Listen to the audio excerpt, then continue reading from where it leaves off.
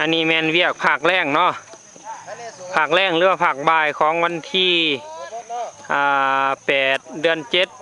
2012ที่เราเห็น2 คนกำลังเฮ็ดเวียกในแมนทิ่มไม้หรือว่าไม้จุดเนาะไม้จุดที่จะปลูกกาแฟจะไม้ไปเรื่อยๆจุดที่เพิ่นสิไม้ก็สิมีระยะห่างอยู่1.5 คูณ 1.5 เมตรคือที่พวกเขาเห็นนี่แหละไม้จุดแล้วก็สิมีทิ่มคุดมาตามหลังทิ่มคุดนี่ก็สิมี2 คนคือกันนี่ทิ่มคุดนี่สิมีล้านชายผู้หนึ่งล้านสาวผู้หนึ่งนอกจากทิ่มคุดแล้วก็สิมีทิ่มปลูกบัดนี่ทิ่มปลูกนี่สิมีจักคนนี่4แสดงว่ายัง3ทิ่มปลูกนี่มี3เนาะทิ่มปลูกนี่สิเป็นทิ่มอาวุโสทิ่มปลูกนี่หรือว่าทิ่มกลางคนบ่เอากลางคนก็ได้ไปเพิ่นบ่ฮับอาวุโสกันนี่ทีมกลางคนเอาทีมฮับไปตั้งบ่ถึงขันอาวุโสเนาะเพิ่นบ่ยอมฮับอาวุโสนี่อันนี้สิเป็นลูกซ้อมเลยได้สาวลุ้นนี่อันนี้สาวลุ้นเอ้ยหน้ามันที่สาวลุ้นบ่อยากออกว่าข่าวช่องได้เลยช่องอันน่ะเล่าสตาร์เด้ช่องเล่าสตาร์เคยเห็นอยู่เด้นี่กี่หน่อยค่อยส่งให้กี่หน่อยได้เบานี่อันนี้นี่สาวน้อยเนาะสาวน้อยนี่ก็นอนอยู่ในทีมอาวุโสกัน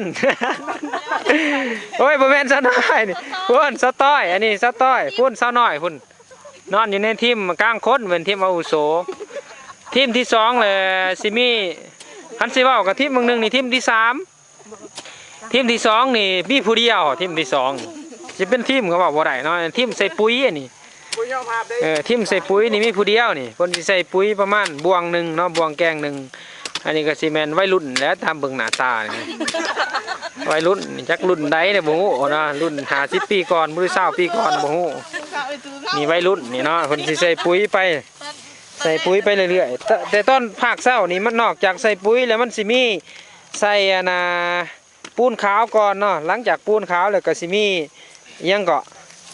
ลืมชื่อมันเลยฟลอริดานปูนขาวฟลอริดานแล้วก็ปุ๋ยเนาะ3อย่างเขาใส่ลงไปแต่ว่าภาคบ่ายนี่พวกเขาสิเบิดปูนขาวกับฟลอริดานยังเหลือแต่ปุ๋ยก็เลยใส่แต่ปุ๋ยไปเนาะบ้านนี้ทิ่มต่อมาเนี่ยสิแม่นทิ่มปลูกกกท่องทิ่มปลูกกกท่องนี่แม่นทิ่มอาวุโสทีมอาวุโสนี่สิมีประอองผู้นำทีมนี่ทีมประอองประอองนี่มันทีมอีเดียของพวกเขาได้นี่ถือว่าพนักงานเกษตรนะเพิ่นนี่มาจากศูนย์เกษตรเบื้องไหนก็บ่ฮู้พนักงานเกษตรเนาะนี่สิมีประอองนำทีมประอองนอกจากประอองก็สิมีประแอแล้วสิมีประโยชน์ประโยชน์นี่ประโยชน์เบื้องอีเดียวได้เป็นประโยชน์เบื้องเฮาเนาะประโยชน์นี่ก็ทีมปลูกกกท่องมีทีมปลูกกกท่องใช่เปล่าแล้วสิมี4 คน2 คนตัดกกท่องจากสวนเฮาเองนี่แหละตัดต้นงาที่มันเขียวๆตัดแล้วก็เฮ็ดเป็นทอนหนึ่งก็ประมาณ50 เซนหรือว่า70 เซนแต่ว่าทอนนี่สิสูงประมาณ80นี่เกินขาดเลยทอนนี่เนาะแล้วก็ทีมตัด2นอกจากทีมตัดก็สิมีทีมปลูกเข้ากับ2คือกันเนาะทีมปลูกนี่สิมีวินัยหรือว่าโยดแล้วก็สุกไข่สุกเนาะอันนี้เป็นความสำเร็จของไอ้น้องได้ความใจความแห้งกันได้นี่มาสวยถือว่าเป็นบุญคุณที่ลืมบ่ได้เนาะไอ้น้องเฮามาสวยกันนี่ลืมบ่ได้ได้ข่อยนะถือว่าสำเร็จไปแล้วส่วนหนึ่งสำเร็จแต่ว่าบ่ทันแมนตามเป้าหมายเนาะคิดว่าหลังจากที่เกือบล้มคันว่าแล้วเบิดนี้ก็ถือว่าสำเร็จตามเป้าหมายที่ว่าผ่านมาส่วนที่ไทยแล้วก็บุกเบิกแล้วนี่ถือว่าปลูกสำเร็จแล้วเนาะสำเร็จแล้วนี่มีต้นกาแฟลงไปแล้วนี่มีกกท่องลงไปแล้วนี่กกท่องก็ปลูกระยะ3 เมตรคูณ3 เมตรต้นกาแฟก็สิปลูกระยะ1.5 คูณ 1.5 เมตรมีข่าวหายน้อยนึงสิแจ้งเนาะแจ้งผู้เบิ่งวิดีโอนี่แหละมีข่าวหายว่าตอนแต่เช้าหันผู้เกี่ยวเองนี่คิดว่าได้ต้นกาแฟใหญ่แบบนี้ดีใจดีใจแท้ดีใจว่าคิดว่าเป็นต้นกาแฟดีแล้วเนาะเขาก็มาขายให้ราคาถูก โอ้ดีใจแล้วกูได้ของดีแล้วว่าซั่นซะวันนี้สวยมากน้อยหนึงเลยมีผู้มาบอกข่าวให้โอ้ยเดี๋ยวคือไม่ได้ต้นกาแฟเฒ่าแท้บัดว่ามันบ่แม่นของดีได้นี่เขาว่าธรรมดาต้นกาแฟที่เฮาสิปลูกนี่มันต้องเป็นต้นกาแฟของปีนี้ต้นกาแฟปีนี้มันต้องยังอ่อนๆนะคันสั้นก็จำเป็นแล้วได้ซื้อมาเลยเด้ก็เลยปลูกลงไปผลมันสิเป็นจังไดจึงเบิ่งกันตามหลังเนาะอันนั้นก็ยามันอันนี้ยิ่งตามหลักวิชาการนี่เพิ่นว่าให้ปลูกต้นอ่อนๆต้นเบี้ยปลูกปีนี้อันนี้เบี้ยปีกายเขาว่าแต่มันสิบ่ตายดอกเรื่องตายนี่รับประกันเขาว่าได้ข่อยบ่แม่นผู้ว่าเขาว่า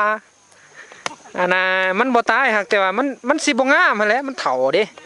เนาะก็คือคนเฒ่าแล้วคนเฒ่ามารักษามันก็เริ่มเฒ่าไปเรื่อยๆว่าซั่นซะ